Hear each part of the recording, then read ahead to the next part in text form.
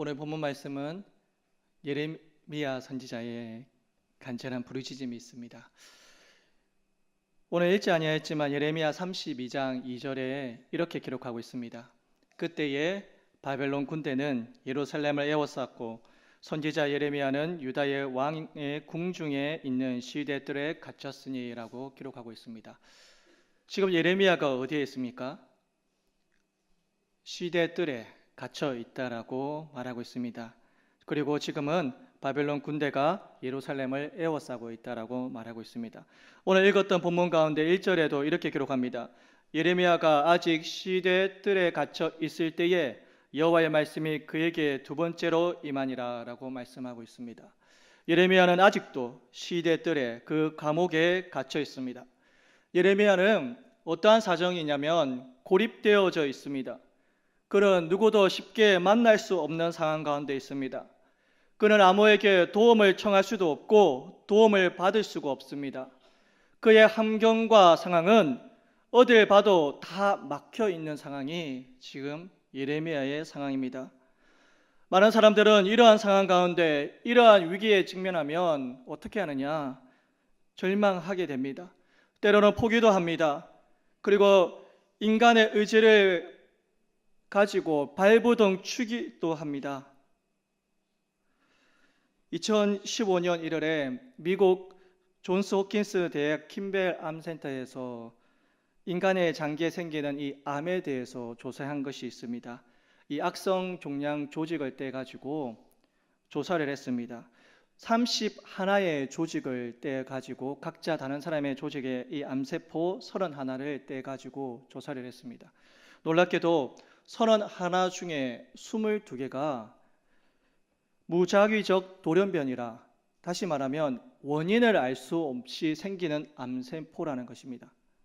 그리고 그 중에 9개만이 원인을 알 수 있는 암세포입니다. 우리가 이 암이라고 했을 때에 생기는 이 암의 약 70%는 왜 생기는지도 모르고 그 원인도 모른다는 것입니다. 단지 우리가 알 수 있는 이 암은 30% 정도라는 겁니다. 이 30%의 암세포가 왜 생기는지 그 원인을 밝힌다는 겁니다. 하지만 이 30%의 암세포의 원인을 안다 할지라도 그것조차도 완벽하게 고칠 수 없다라는 겁니다. 그래서 결국 암은 100% 막을 수 없다라는 결과를 냈습니다. 사랑하는 성도 여러분들, 다시 말하면 우리는 우리의 환경뿐만 아니라 우리 몸, 이 자신의 몸까지도 우리는 마음대로 할 수 없을 때가 있습니다. 그래야 때로는 우리가 어려운 환경을 만나면 이제 내가 할 수 있는 일이 아무것도 없다라고 말하기도 합니다. 그런데 놀랍게도 하나님은 그러한 상황 가운데, 고립되어져 있는 상황 가운데, 위기 가운데, 어려운 가운데 하나님께서는 기도할 수 있다라고 우리에게 말씀하고 계십니다. 예레미야 선지자는 그 처한 환경이 갇혀있는 환경이고 거기는 어렵고 힘든 환경이지만, 고립되는 환경이지만 거기에 여호와의 말씀이 임하였습니다. 환경적으로는 힘들고 어려운 상황이지만 그 상황 가운데 하나님의 말씀이 임하니 그 환경은 최상의 환경으로 변하였습니다. 믿는 사람의 최악의 환경은, 그 상황은 어떠한 상황이냐? 하나님의 말씀이 들리지 않는 상황입니다. 하나님이 침묵하실 때가 가장 무서운 상황입니다. 우리의 눈에 보이는 그 상황이 우리에게 가장 무서운 상황이 아닙니다. 하나님은 예레미야를 부르시며 아무것도 할 수 있는 이 예레미야에게 기도하라고 말씀하고 있습니다. 하나님은 예레미야에게 너는 내게 부르짖으라고 말씀하고 있습니다. 그러면 내가 너의 기도에 응답해 주겠다고 말씀하십니다. 예레미야 33장 3절에 이렇게 기록합니다. 너는 내게 부르짖으라. 내가 내게 응답하겠고 내가 알지 못하는 크고 은밀한 일을 내게 보이리라고 말씀하십니다.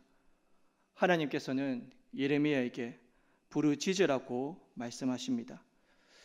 왜 그렇게 하나님은 부르짖으라고 하십니까? 그 시대가 절박한 상황이기 때문에 그렇습니다. 절박하고 때로는 절대적인 한계에 부딪혔기 때문에 부르짖으라고 말씀합니다. 시편에도 부르짖으라는 말이 자주 등장합니다. 이 단어는 위급하거나 어려움에 처했을 때에 자주 표현되는 단어입니다. 시편 34편 6절에 이렇게 기록합니다. 이 공고한 자가 부르짖음에 여호와께서 들으시고 그 모든 환난에서 구원하셨도다. 시편 86편 7절에 이렇게 기록합니다. 나의 환난 날에 내가 주께 부르짖으리니 주께서 내게 응답하시리라. 예수님께서 이 땅에 계실 때에, 기도하실 때에 그분도 부르짖으며 기도했습니다. 히브리서 5장 7절에 이렇게 기록합니다. 그는 육체에 계실 때에 자기를 죽음에서 능히 구원하실 이에게 심한 통곡과 눈물로 간구와 소원을 올렸고 그의 경건하심으로 말미암아 들으심을 얻었느니라. 예수님도 기도하실 때에 부르짖으며 기도하셨습니다. 예수님의 기도는 심한 통곡의 기도였고 예수님의 기도는 그 눈에 눈물이 흐르는 기도였습니다. 우리는 예레미야 선지자를 눈물의 선지자라고 말합니다. 예레미야서와 예레미야 예가를 읽어보면 그가 얼마나 많은 눈물을 흘렸고 또한 그 눈물이 얼마나 소중한지 우리는 알게 됩니다. 그는 부르짖으며 눈물을 흘리며 기도했습니다. 내가 내 딸이라 행복해라는 책이 있습니다. 김영주 집사님이라는 분이 이 책을 지으셨는데 그분에게는 딸이 있습니다. 첫째 딸의 이름이 혜니입니다. 이 혜니는 자폐증을 앓고 있습니다. 이 자폐증은 현대의학으로 고칠 수 없는, 그 원인뿐 완치도 할 수 없는, 치료법도 모르는 병이라고 합니다. 그저 지극한 관심과 사랑으로 이 아이가 그저 돌아오기만을 바라야 될 뿐이라고 합니다. 그래서 한 가정에 자폐를 앓고 있는 아이가 있다면 그 가정은 많이 힘들고 때로는 고통과 눈물의 시간을 보내기도 합니다. 이 집사님은 자기 딸 혜니가 자폐증이라는 것은 생각지도 못했습니다. 꿈에도 생각 못했습니다. 사랑스럽기만 했던 이 혜니가 단지 다른 아이들과 비해서 그저 말이 좀 늦을 뿐이었습니다.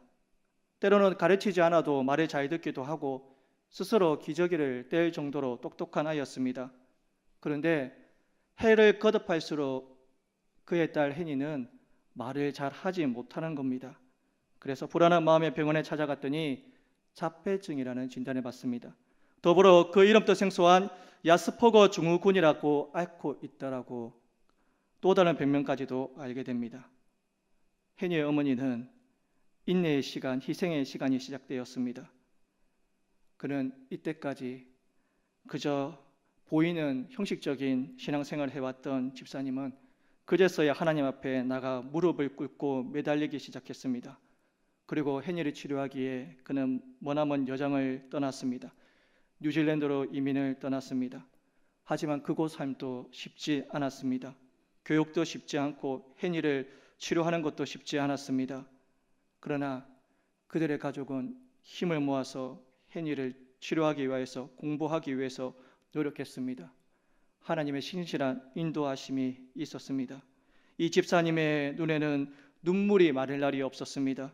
기도가 없이는 버틸 수 없는 힘든 시간들이었습니다. 혜니 또한 자라면서 그 장애 때문에 고통스러워했습니다. 이겨내기 위해서 온몸으로 부딪혀 나가며 살았습니다. 그런데 이 혜니가 20대 청년이 되고 그리고 온전하지 않지만 그는 자신의 아픔을 받아들이고 그리고 자신의 병인 야스퍼거 증후군을 공부하는 대학생이 되었습니다. 이 모든 인생을 달려오면서 이 집사님은 이렇게 고백하고 있습니다. 아직 나는 믿음의 경주를 진행 중에 있지만 이 집사님은 고난과 역경에도 불구하고 기뻐하고 즐거워할 수 있는 이유는 예수님 때문입니다. 하나님을 알지 못했을 때는 혜니가 제 삶의 짐이요 크다란 부담이었지만 하나님의 사랑을 깨달았을 때에는 제 삶의 선물이 되었습니다. 저는 다시 태어난다 해도 혜니의 엄마로 태어나고 싶습니다. 이 집사님은 감당할 수 없고 이해할 수 없는 그 모든 시간을 지나가면서 하나님께 부르짖었습니다. 하나님의 음성을 들으며 하나님을 찾고 또한 하나님을 의지하며 이겼다라고 이 책에 고백하고 있습니다. 예레미야가 1장 2절에 이렇게 기록합니다. 밤에는 슬피 우니 눈물이 밤에 흐르며 사랑하던 자들 중에 그에게 위로하는 자가 없고 친구들도 다 배반하여 원수들이 되었도다. 예레미야는 자신의 기도를 슬피 우는 눈물이 밤에 흐르는 기도라고 말하고 있습니다. 탄식하며 그는 기도했습니다. 그런데 놀랍게도 하나님은 이 예레미야의 눈물의 기도와 그 탄식을 받으셨습니다. 예레미야 33장 3절에 너는 내게 부르짖으라 내가 내게 응답하겠고, 하나님께서 말씀하십니다. 너는 기도해라, 너는 부르짖으라, 너는 무릎 꿇어라, 너는 눈물을 흘려라. 내가 내게 응답하겠다라고 말씀하고 있습니다. 우리가 원하는 방식과 그 시기가 아닐지라도 하나님은 하나님의 때에 하나님의 방식으로 우리에게 응답하십니다. 하나님은 기도를 통해서 일하십니다. 하나님은 기도를 통해서 자신의 할 일들을 드러내십니다. 하나님은 기도를 통해서 그 일들을 보여주십니다. 예레미야 33장 6절에 이렇게 기록합니다. 그러나 보라 내가 이 성읍을 치료하며 고쳐 낫게 하고 평안과 진실의 풍성함을 그들에게 나타낼 것이며, 예레미야 33장 9절에 이 성읍이 세계 열방 앞에서 나의 기쁜 이름이 될 것이며 찬송과 영광이 될 것이요 그들은 내가 이 백성에게 베푼 모든 복을 들을 것이요 내가 이 성읍에 베푼 모든 복과 모든 평안으로 말미암아 두려워하며 떨리라. 이스라엘의 그 절망적인 상황 가운데, 힘든 상황 가운데, 하지만 이 예레미야는 하나님을 붙잡고 부르짖고 기도했더니 하나님께서 그 기도를 들으시고 하나님께서 장차 이스라엘 백성들이 어떻게 회복되어지고 어떻게 치료를 받을 것인가, 어떻게 복을 받을 것인가, 세계 열방 앞에서 하나님의 기쁜 이름이 되겠다라고 말씀해 주고 계십니다. 예레미야의 그 기도가 얼마나 하나님의 마음을 흡족하게 했는지 하나님은 그 기도에 응답하고 있으십니다. 예레미야 33장 15절에서 17절에 이렇게 기록합니다. 그날에 그때에 내가 다윗에게서 한 공의로운 가지가 나게 하리니 그가 이 땅에 정의와 공의를 실행할 것이라. 그날에 유다가 구원을 받겠고 예루살렘이 안전히 살 것이며 이 성은 여호와는 우리의 의라는 이름을 얻으리라. 여호와께서 이와 같이 말씀하시니라. 이스라엘 집에 왕위에 앉을 사람이 다윗에게 영원히 끊어지지 아니할 것이며, 하나님께서는 다윗에게 한 공의로운 가지가 나와 정의와 공의를 실현할 것이라는, 장차 예수 그리스도가 나실 것이라는 그 비밀조차도 그 기도를 통해서 말씀해 주고 계십니다. 사랑하는 성도 여러분들, 우리가 기도할 때에 하나님은 응답하십니다. 하나님은 우리가 기도할 때에 은밀하고 큰 일들을 행하십니다. 사랑하는 성도 여러분들, 기대하는 마음으로 기도하시길 바랍니다.